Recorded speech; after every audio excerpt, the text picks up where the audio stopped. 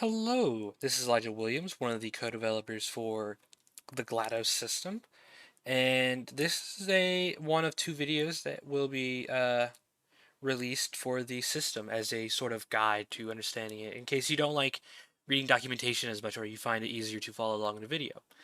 Um, First things first, I'm going to show off the current repo right now. So, Glados Pipeline Monorepo. It's a fairly straightforward repo. You can see all our files and stuff there. Here's the README, and in the README, you can see it contains the user guide. From the user guide, you can follow along and see some of the stuff that I'll be going over in this video. They should coincide very closely. So if you need to look back on something, you don't want to look through the entire video, the user guide is here on the README. There's also our wiki, which has some more information there as well. And if you look at the top here, there's a link to another repo. That is because our front end is fairly new, and so getting that into the older repo was proving to be difficult and taking up more time than we have currently. So we made it public and added a link so that way you can just click on it, and here you are. You're now at the new repo. You will need both repos for now. So what you'll want to do is, clone them and put them in a place. So right here, you can see I have two different Glados Next monorepo. Uh, I'd say putting them next to each other is probably your best bet for a more reliable solution. Um, and so yeah, from there, you're going to make sure you have Docker desktop open. We are going to head over to the uh, monorepo, and you want to make sure you get into the directory services supabase. However, whatever terminal you use will change the command in the base Windows. Base Windows, it's going to be chdir, and then just services/supabase.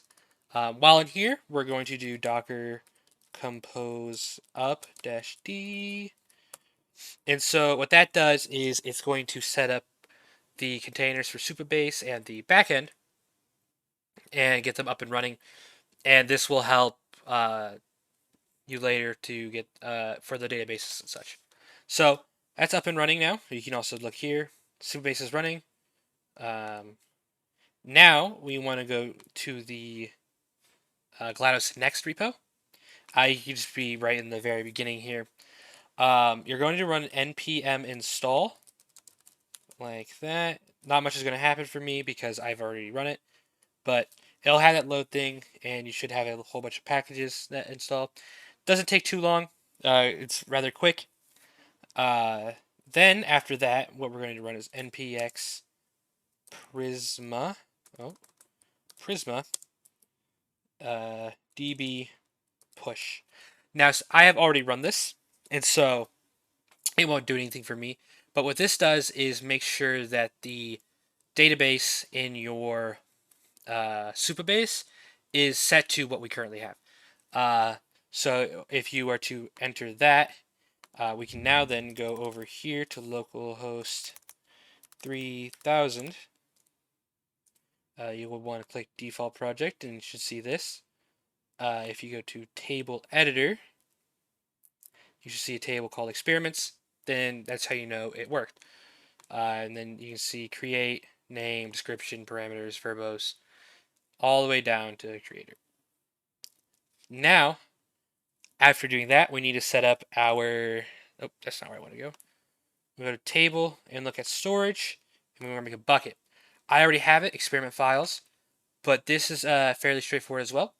What you're going to do is go to SQL editor, and I have a couple of queries we will be running. So first query is right here. Insert into storage.buckets ID name, values, experiment files, experiment files. This will actually create the bucket itself, so that way we can upload your experiment scripts into Supabase and then pull it from there as well. The next one actually makes sure the bucket itself is public, so that way we can actually do things with it, like get information from it, upload files, download files, the whole 9 yards. Um, and once you are done with that, so after running this first one, you will see that there is the following bucket, experiment files, which is good. And it's really hard to tell what will be happening for the other one, but once all that's run, we can come back here, type in the command npm run dev, click enter, and you should get these things. That warning there is okay. It's just pretty much checking port 3000. It notices super base is there, goes to the next port, and then it's good. So now that we're here, we can go to localhost 3001, click enter. It's going to load up a little bit, but because it's getting a lot of information. And then here you have the login screen. And so, yeah, that is pretty much how you will start up the system after running those queries and the Prisma command for the pushing the DB. You will not have to run that again. Afterwards, it's going to be just simple npm run dev and then also Docker compose up for the backend stuff. And yeah, the next video will show you a little bit more about running experiments.